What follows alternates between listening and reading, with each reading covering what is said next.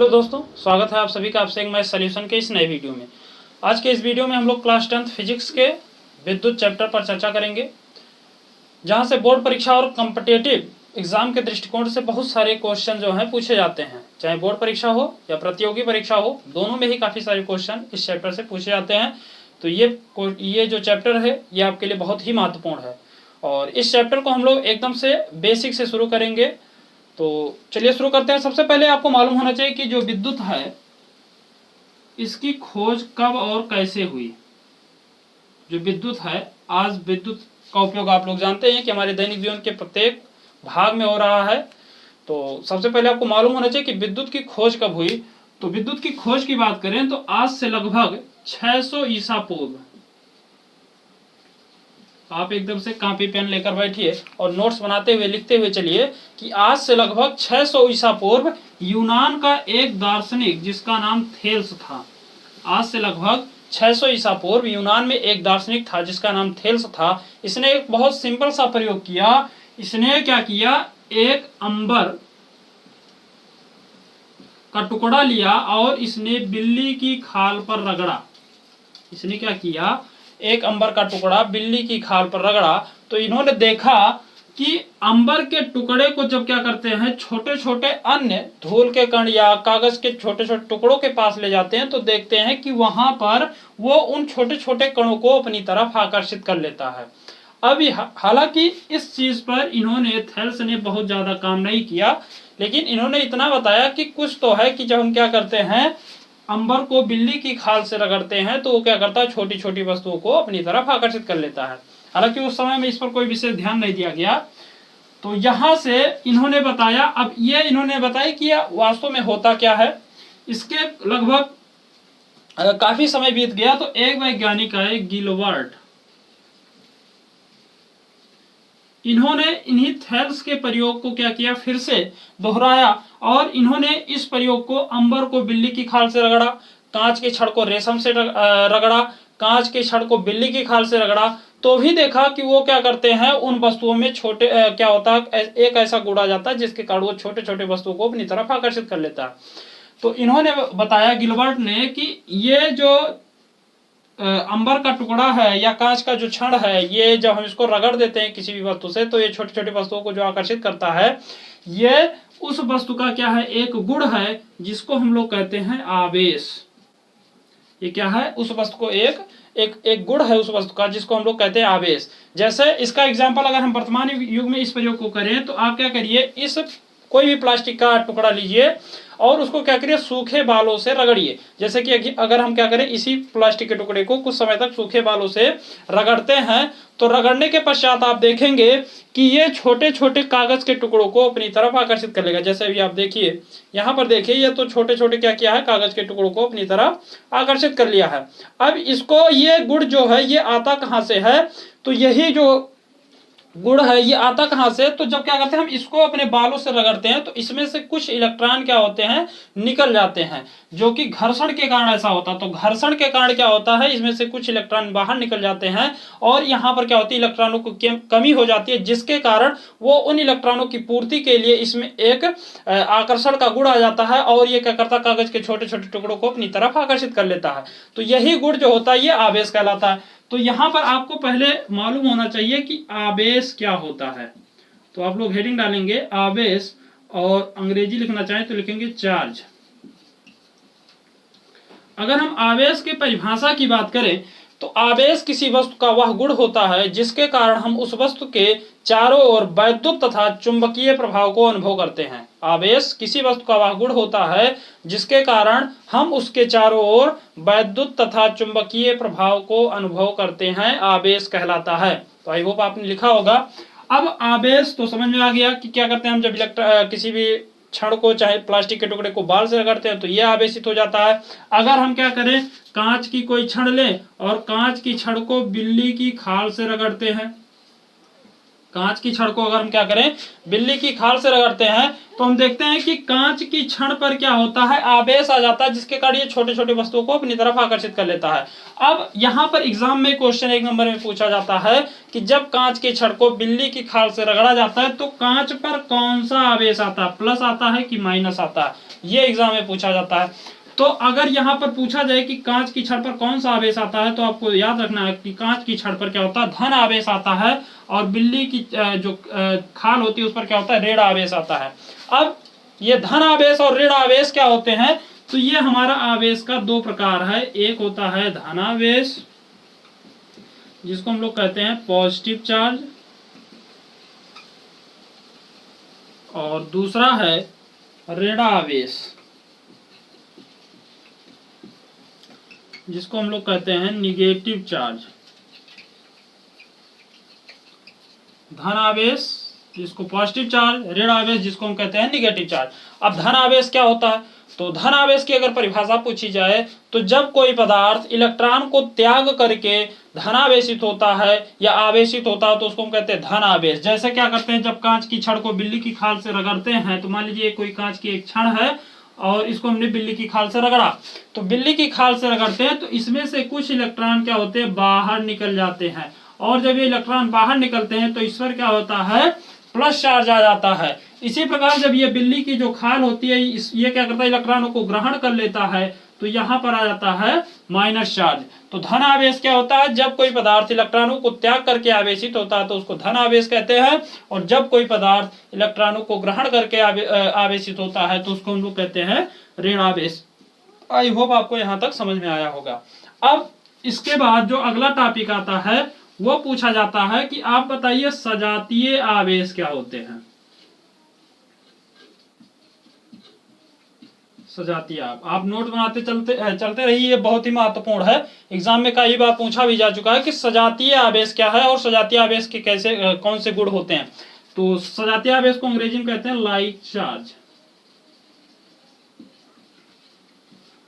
सजातीय आवेश की बात करें तो सजातीय आवेश ऐसे दो आवेश होते हैं जो जिनके परिमाण समान हो और प्रकृति भी समान हो, या आप ऐसे लिख सकते हैं ऐसे दो आवेश जिनकी प्रकृति समान होती है सजातीय आवेश कहलाते हैं। अब प्रकृति समान होने का मतलब ऐसे दो आवेश लेने हैं जो दोनों क्या हो, या तो प्लस प्लस हो या दोनों क्या हो, माइनस माइनस हो। तो ऐसे दोनों आवेश आपके कहलाते हैं सजातीय आवेश, चाहे वो दोनों प्लस प्लस ले लें या दोनों माइनस माइनस ले लें, तो ये कहलाते हैं आपके सजातीय आवेश। और सजातीय आवेशों का एक गुण होता है, उसको आप लिखेंगे, ये एग्जाम में पूछा जा चुका है कि सजातीय आवेशों के मध्य हमेशा, सजातीय आवेशों के मध्य हमेशा प्रतिकर्षण बल कार्य करता है।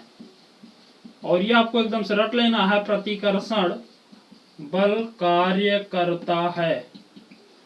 अगर पूछा जाए सजातीय आवेश क्या है तो परिभाषा लिखेंगे, ऐसे दो आवेश जिनकी प्रकृति समान होती है सजातीय आवेश कहलाते हैं। और सजातीय आवेशों का एक गुण होता है कि सजातीय आवेशों के मध्य हमेशा प्रतिकर्षण होता है, चाहे प्लस प्लस ले लें या माइनस माइनस ले लें, दोनों को अगर एक साथ लाएंगे तो उनमें हमेशा क्या होगा, प्रतिकर्षण ही होगा। जैसे अगर हम क्या करते हैं, कांच की छड़ को बिल्ली की खाल से रगड़ लीजिए तो कांच क्या होता है, धनावेशित होता है। एक दूसरी कांच की छड़ लीजिए, उसको आप एबोनाइट से रगड़ लीजिए, तो एबोनाइट को जब कांच से रगड़ते हैं तो भी कांच पर क्या आता है, धन आवेश आता है। फिर आप इन दोनों कांच की छड़ को एक दूसरे के समीप ले जाएंगे तो इनके बीच क्या होगा, प्रतिकर्षण होगा, जिसके कारण ये एक दूसरे को धक्का देते हैं। तो ये गुण जो होता है वो सजातीय आवेश में होता है। दूसरा एग्जाम में पूछा जाता है विजातीय आवेश।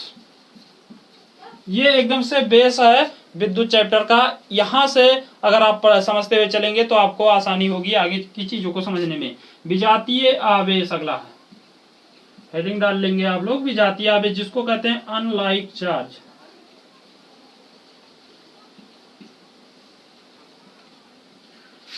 अगर पूछा जाए विजातीय आवेश क्या होते हैं तो सेम परिभाषा बस थोड़ा सा चेंज करना है, ऐसे दो आवेश जिनकी प्रकृति अलग अलग हो। प्रकृति अलग अलग होने का मतलब एक आप क्या करिए, प्लस ले लीजिए, एक क्या करिए, माइनस ले लीजिए। तो ऐसे दो आवेश जिनकी प्रकृति अलग अलग होती है विजातीय आवेश कहलाते हैं।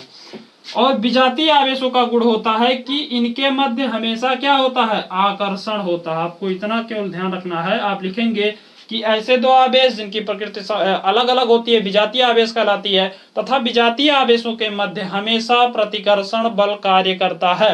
ये आपको लिख लेना है कि हमेशा प्रतिकर्षण नहीं, आकर्षण बल, विजातीय आवेशों के मध्य हमेशा क्या होता है, आकर्षण बल कार्य करता है, आकर्षण बल कार्य करता है। तो आई होप आपको यहाँ तक आवेश से संबंधित सारी चीजें अच्छे से समझ में आई होंगी। अब इसके बाद जो हमारा अगला टॉपिक है जो कि महत्वपूर्ण है और जो कि आपका सिलेबस है वो है विद्युत धारा। तो चलिए इतना अगर आप स्क्रीनशॉट लेना चाहें तो ले सकते हैं। अब जो अगला टॉपिक है वो हमारा विद्युत धारा। अब हम लोग यहाँ से लिखते हुए बढ़िया से एकदम से स्टेप बाय स्टेप चलेंगे।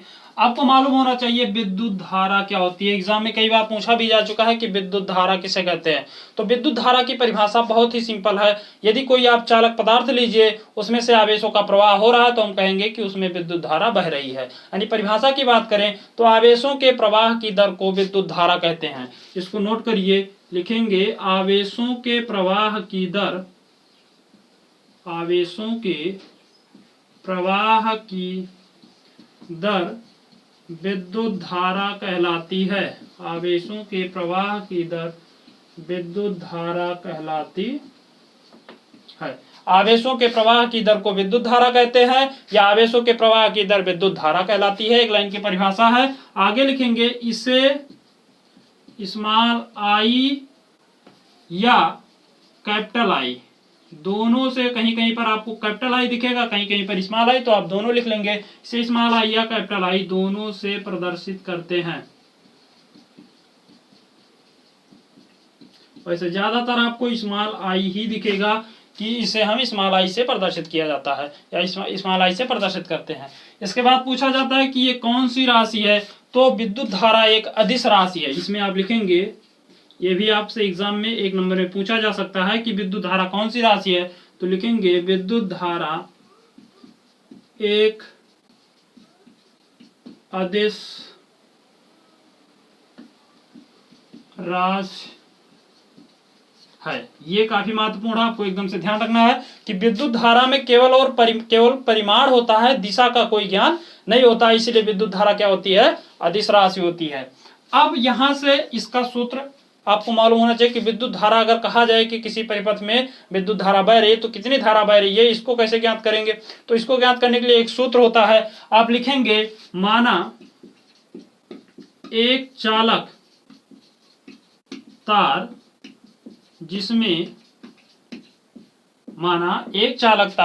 जिसमें Q आवेश स्मॉल t समय तक प्रवाहित होता है तो चालक में प्रवाहित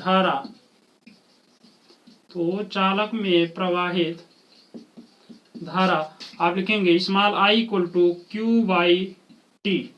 ये सूत्र आपको रट लेना है।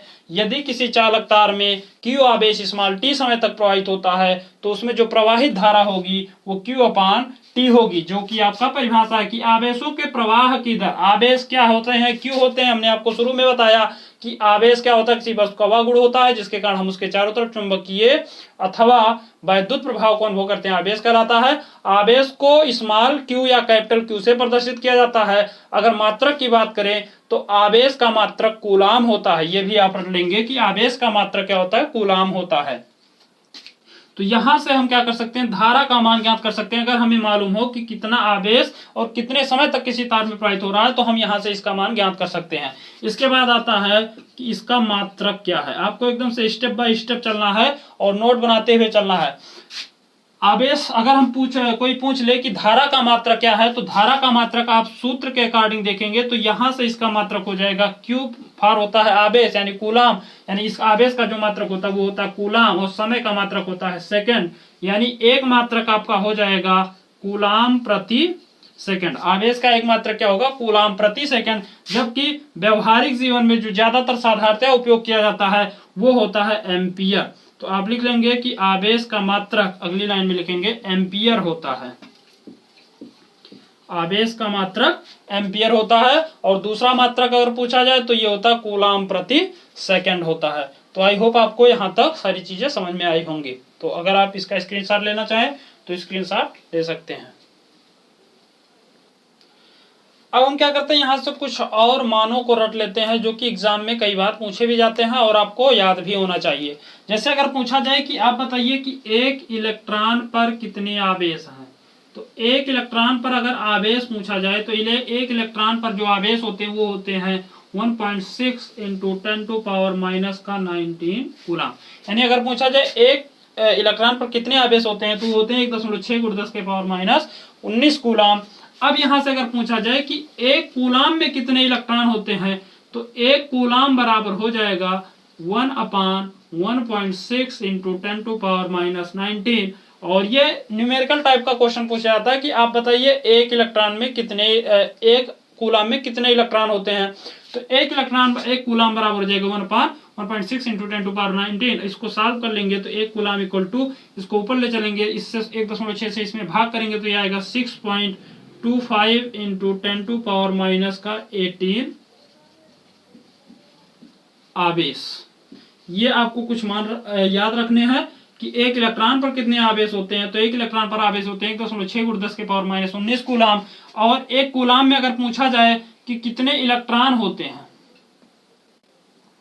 तो एक कूलाम में इलेक्ट्रॉन होते हैं 6.25 × 10⁻⁻⁸ कूलाम होते हैं। तो आई होप आपको यहां तक सारी चीजें समझ में आई होंगी। अब यहां से हम क्या करते हैं, जो हमने अभी एक मात्रक पढ़ा है एम्पियर, ये भी कभी कभी पूछा जाता है कि एक एम्पियर से क्या तात्पर्य है। एग्जाम में कई बार पूछा भी जा चुका है कि एक एम्पियर से आप क्या समझते हैं, कि एक एम्पियर से क्या तात्पर्य है। तो एक एम्पियर का मतलब है, अगर हम सूत्र की बात करें तो हमने पढ़ा है कि Q/T।